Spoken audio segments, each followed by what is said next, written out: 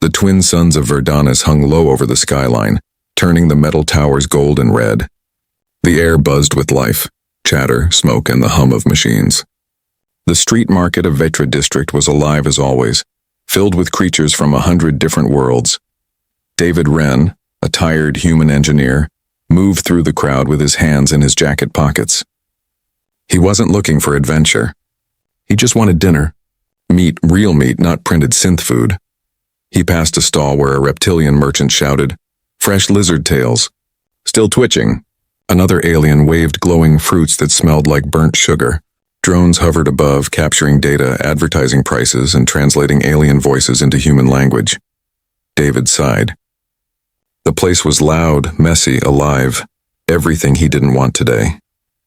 He had worked all week fixing reactors for the Galactic Mining Guild, and all he wanted was a quiet evening at home. But fate doesn't care about what people want. As he walked past the glowing stalls, his eyes caught something strange, a dark, quiet corner of the market. There was no light, no shouting, no smell of food. Just a small wooden sign with faded letters that read, "Assistance for sale. Lifetime service." Behind the table sat a woman, or at least she looked like one. Her skin was pale blue like moonlight on ice. Her eyes shimmered softly like deep water. Her head was lowered, hands folded on the table. David frowned. "Is this a robot sale?" he muttered. The man standing behind her, tall, thin, with metallic tattoos along his neck, looked up. "Not robot," he said in a dry voice. "Organic widowed alien needs owner to pay debt." "You interested, human?" David blinked. "Wait, you're selling a person?" The merchant shrugged as if it were nothing. "Not person, property. She owes 10,000 credits. Her husband died in war. No one to pay her debt. Simple trade. You buy, she serves." David looked at the woman again. She didn't move, didn't even look up. But he could feel something. A quiet sadness, heavy like gravity. He took a step closer. "What's your name?" he asked softly. She hesitated, then whispered, "Seren." Her voice was gentle. Almost too human. David turned to the merchant. "This is wrong," he said. "She's not property." The man smiled coldly. "Everything is property if someone owes enough." David knew he should walk away. This wasn't his problem. He didn't even know this woman. But something about her eyes, the silent plea in them, made his chest tighten. He reached into his pocket and felt his credit chip. He had just enough. The merchant leaned forward. 10,000 credits. Pay now, take her home." David hesitated one last time. Around him, the noise of the market seemed to fade. The smell of smoke and metal vanished. It was just him and her. A stranger in a world that didn't care. He pressed his chip to the scanner. The machine beeped once. Transaction complete. "Ownership transferred," the merchant grinned. "She's yours now, human. No refunds." David looked at Seren.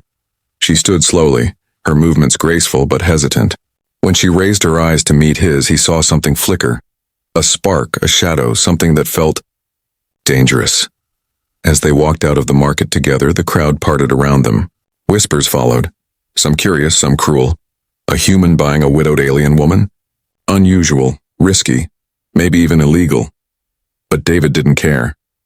He didn't know that this single act, this simple decision to help a stranger, would change everything. Because the woman he just bought was no ordinary alien. And soon the entire galaxy would know her name. The walk back to David's apartment was silent. The city around them was a storm of neon lights and noise, but between the two of them, there was only quiet. Seren followed him closely, her steps light, her expression unreadable. Her long cloak dragged slightly on the ground, and her blue skin reflected the glow of passing hover cars. She looked like a ghost caught in a world that had forgotten her. When they reached his small flat, David motioned to the door. "This isn't much," he said, "but it's safe." Seren stepped inside slowly, scanning the room with careful eyes. She didn't ask questions, didn't complain.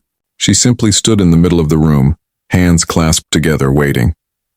David placed a pack of food cubes on the table. "You can eat this," he said. "You're not allergic to human food, are you?"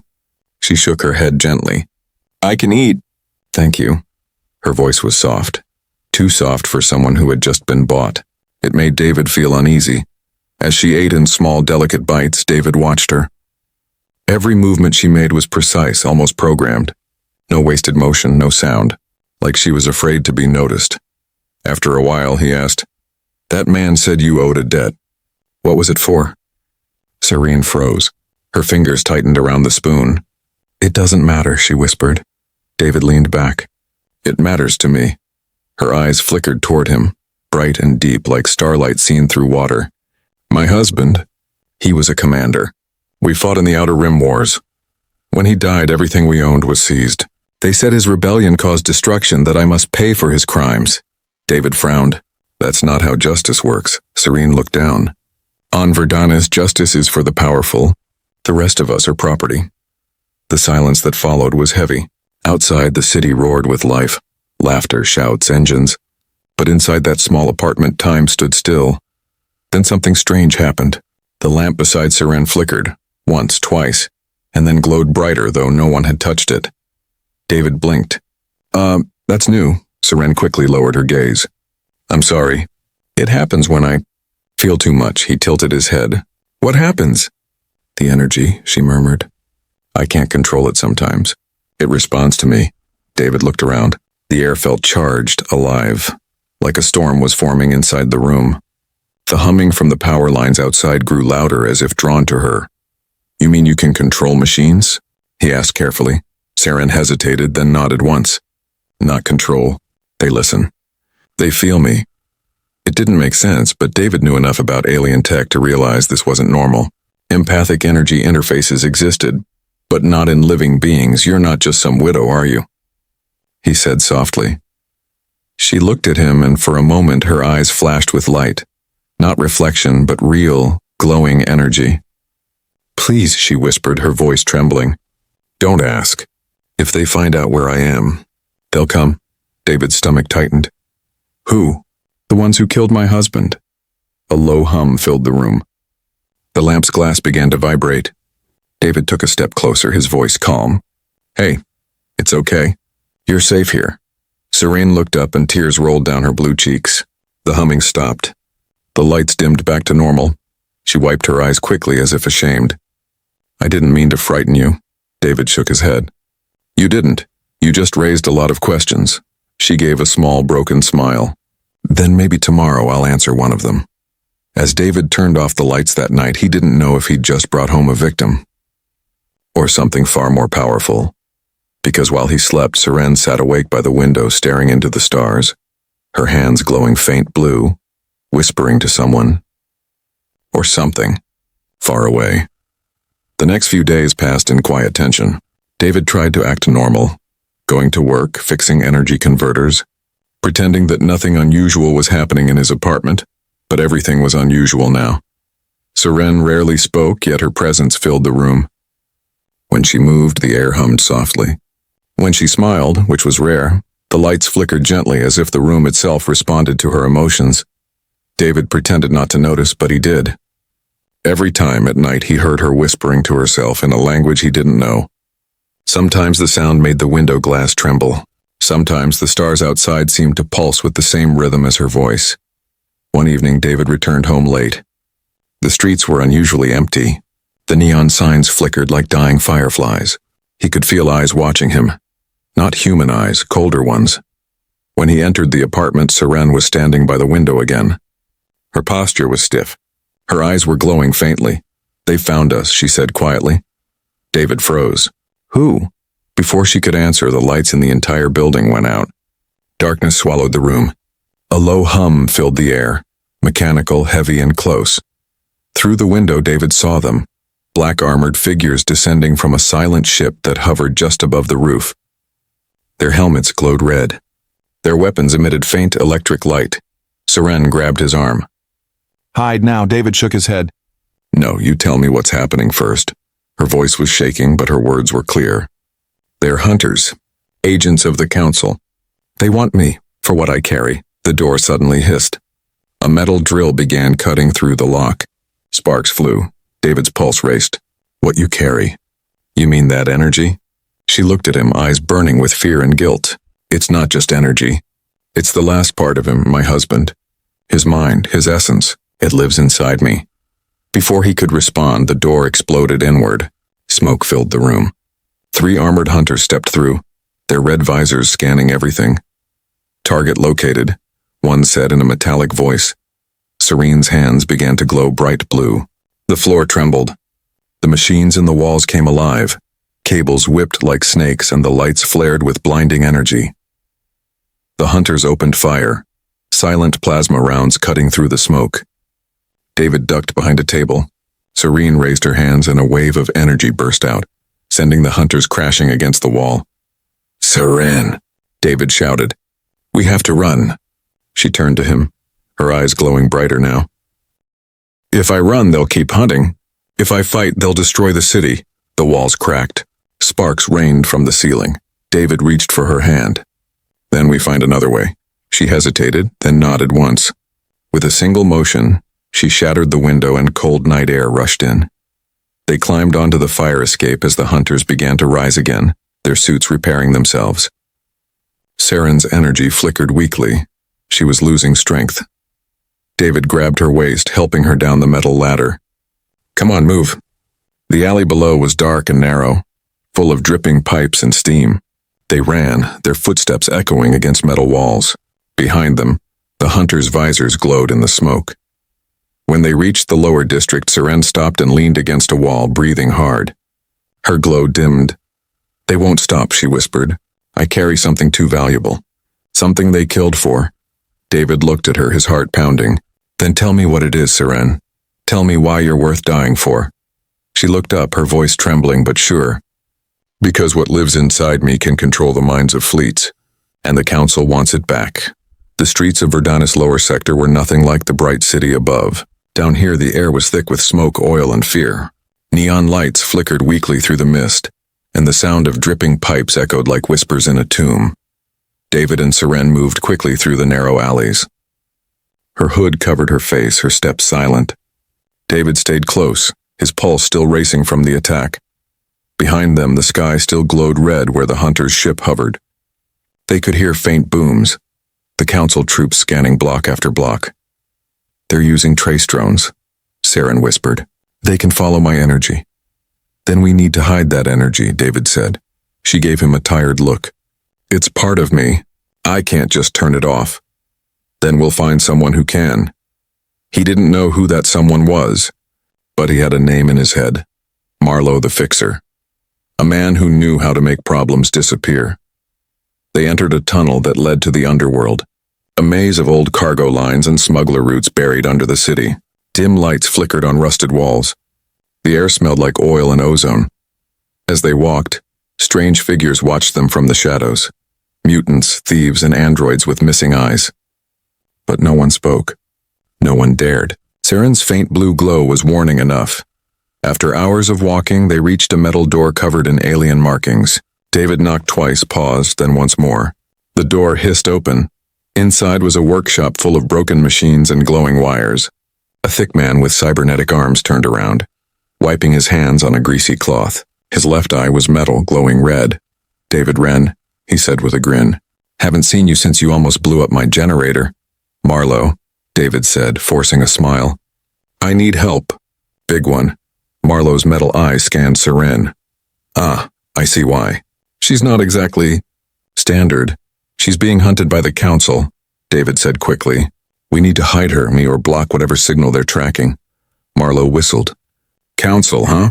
You sure know how to make friends." He looked at Seren. "You can sit, lady. You look like you've been through hell." Seren stayed standing. "Hell followed me here," she said softly. Marlowe blinked. "Yeah, I can see that." He turned to David. "I can dampen her energy signature. Maybe for a day. But it'll cost," David sighed. "You'll get paid." While Marlowe worked, Seren wandered around the workshop, touching bits of broken tech. The machines hummed to life at her touch as if they recognized her. Marlowe noticed. "You didn't tell me she was a living conduit," he muttered. "That's dangerous. The Council kills people like her." David frowned. "Why?" "Because they're scared of what she can do," Marlowe said. "A living empathic link like her. She could talk to machines, override ships, maybe even fleets. She's a weapon they can't control." Seren turned, her eyes full of sorrow. "I never wanted to be a weapon. Marlowe's machine beeped. Done, you're invisible for now. But once you use that power again, they'll find you. David helped Seren stand. Then we'll stay quiet, he said. Lay low, Marlowe smirked. If you want to stay alive, go to the old rail tunnels near the storm drains. Nobody goes there anymore. As they left the workshop, Seren looked at David. Why are you helping me? You could walk away. David stopped. The sounds of the underworld echoed around them. Machinery, footsteps, whispers. He looked her in the eyes. Because when I bought you, he said softly, I didn't just save you. I started something I can't walk away from. Serene smiled faintly, the first real smile he had seen. Then we'll face it together. But above them in the glowing city sky, the hunters were regrouping, and the council had just issued a new command. Find Seren, dead or alive. The tunnels grew colder as the night went on. David and Seren followed a dim trail of flickering lights until they reached an abandoned maintenance station, half buried under steel and dust. It wasn't much, but it was safe for now. Serene sat by a rusted console while David scavenged through old boxes, trying to find something useful. His hands were shaking slightly, exhaustion, fear, or both. He finally broke the silence. Serene, you said your husband was part of a rebellion. Against who? She didn't answer right away. Her eyes stayed fixed on the dark tunnel beyond. Against the council, she said quietly. He wanted freedom for the border worlds. He believed no one should be sold for debt or bloodline. David stopped moving. And the council killed him for that? Serene nodded slowly. They called him a traitor. When they couldn't break him, they killed him, and turned his name into a warning. She looked down at her hands. Then they came for me, said I had to pay for his crimes, that I owed his debt. David clenched his jaw. That's not a debt, that's punishment. Her eyes glistened faintly. On Verdanus, there's no difference. As Serene spoke, David noticed the console beside her flickering weakly. Its interface came to life, showing lines of code and data. Serene frowned. Someone left records here, she murmured. David leaned closer. Can you open them? Her hands hovered above the screen. Blue light shimmered at her fingertips, and the machine obeyed her touch like a loyal pet. Lines of alien symbols scrolled rapidly that then froze. Serene's expression changed. The glow in her eyes faded, replaced by cold disbelief. What is it? David asked. She swallowed hard. My husband's trial, my debt.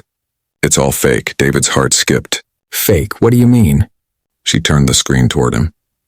Look, the debt records were created 3 days after his death, by the same man who led the investigation, Counselor Arvin. David frowned. So they framed you? They erased his name, Seren said, voice trembling. They destroyed everything he fought for. Then they sold me to make sure no one would ask questions. Her breath came faster. The blue light around her began to pulse with every heartbeat. The air grew heavy, electric. David stepped forward carefully. Seren, calm down. We'll expose them. We'll find a way. She shook her head, tears in her eyes. You don't understand. They didn't just kill him. They took what was inside him. What do you mean? She looked up at him, and for the first time David saw anger instead of sorrow. They stole his mind, his memories, his voice, and they put them inside me. The console behind her sparked violently. Every machine in the room started to hum, reacting to her rage. David covered his eyes from the light. Serene, stop! You'll bring them here! But she didn't stop. The walls shook. Metal beams groaned. It felt like the entire tunnel was alive, screaming with her pain. Finally, she dropped to her knees, her glow fading into darkness. The machines went silent. Only her quiet sobs remained. David knelt beside her, his voice soft. You're not alone anymore. Whatever they did, we'll fix it. She looked at him through tears. You can't fix this, David. I was made to be their weapon. And now, I don't know who I really am. He gently took her hand. Then we'll find out together. For a long moment, neither of them spoke. Only the faint hum of the tunnels echoed around them. But far above, in the shining towers of the council, Counselor Arvin stared at a holographic screen showing their location. A cold smile touched his lips. So the widow knows the truth, he said. Good, let her come for me. The old tunnels rumbled with distant thunder. David stood near the entrance, staring at the glowing map on the wall. The council patrols were closing in. They had hours, maybe less, before the hunters found them again. Behind him, Seren sat on the floor, her hands pressed to her temples. Her glow had grown stronger. The air around her shimmered like heat from a desert road. Seren, David said carefully, we have to move. If we stay here, she interrupted, her voice shaking but fierce. Running won't help. They'll keep coming until I'm gone. David stepped closer. We'll find another way. We can expose them, show the galaxy what they did to you and your husband. She looked up, her eyes glowing white-blue. You still think truth matters to them? The Council controls every screen, every signal, every voice. They erase what they don't want to exist. The lights flickered. Dust fell from the ceiling. Seren's control was slipping again. Then what do you want to do? David asked quietly. Her voice dropped to a whisper. I want them to feel what I felt. The pain, the loss. The silence after love is gone. The walls began to hum. Metal pipes twisted slightly, groaning as if alive. David's pulse quickened. Seren, you have to stop. You'll bring the tunnels down on us. Her tears glowed as they fell. They killed him, David, and they used me to finish their war. Do you think mercy exists for people like them? David knelt beside her, his tone calm but urgent. You don't have to be like them. You're not their weapon. She looked straight into his eyes. You don't understand what I am. Then she rose. The light around her burst outward, flooding the tunnel in a blinding blue storm.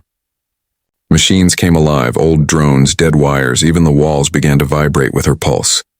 The abandoned station transformed into a living organism of energy. From far above, sensors in the Council's towers began to scream. Red alarms flashed across entire districts. Target energy spike detected in the underworld. Activate suppression fleet. Hundreds of ships launched from orbit, descending toward the lower city like a swarm of steel locusts. In the tunnels, David shielded his eyes. Serene, you're going to destroy everything. Her voice echoed through the air, layered, distant, powerful. They took my husband's mind. They stored it inside me. But he's still here. We are still here. For a brief moment, her expression softened. The glow flickered, showing sorrow beneath the fury. David took a slow step toward her. Then listened to him. What would he want you to do? Her breathing slowed. The storm eased. The machines dimmed. For the first time, silence filled the air again. Then she whispered, he would want peace. The words barely left her lips when explosions shook the tunnels. The hunters had arrived. Dozens of armored figures flooded the passage, weapons raised. Blue sparks flashed against the walls.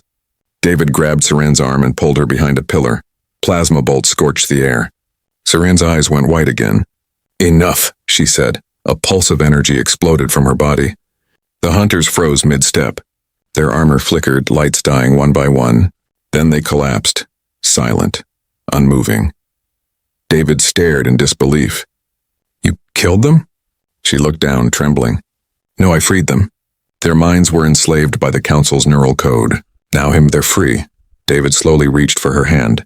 You don't need revenge. You already have power they'll never understand. Her voice softened. Then maybe it's time they learn. She turned toward the upper city where the Council Tower shone like a beacon in the dark sky. Her glow intensified again, brighter than ever. It ends tonight. The sky above Verdanus burned with light. Council warships floated like dark clouds, their engines roaring as they prepared to strike. The city below trembled under their power. In the middle of it all stood Seren, her body glowing with living energy. The wind whipped her cloak around her as she stared up at the towers that once ruled her life. David stood beside her, battered, bloodied, and determined. This is your last chance, he said quietly. Once you do this, there's no turning back. Seren didn't answer. Her eyes reflected the endless lights of the city. 1,000 lives unaware that their world was about to change. I used to believe in peace, she said softly. My husband did too, but they destroyed everything he stood for. Now the galaxy will hear his truth, now whether it wants to or not. She raised her hand. Blue fire flared across the sky. Machines all over the city responded. Drones froze, engines died. Communication towers began transmitting strange, rhythmic pulses. David watched the wave of energy spread like a living storm. What are you doing? Rewriting the code, Seren whispered. Every system the Council owns. Every lie they broadcast. I'm giving the galaxy back its voice. Her glow brightened until it was painful to look at. The ground shook. Above them, the council's fleet started falling from the sky, not crashing but shutting down. One by one, the ships went dark, their weapons silenced. From his command tower, Counselor Arvin watched in horror. No, this can't be happening, he shouted, slamming his fists on the console. On the screen before him appeared a flickering image, Seren's face, glowing and calm. You took my husband's mind, she said. Now I return his memory to the people you tried to erase.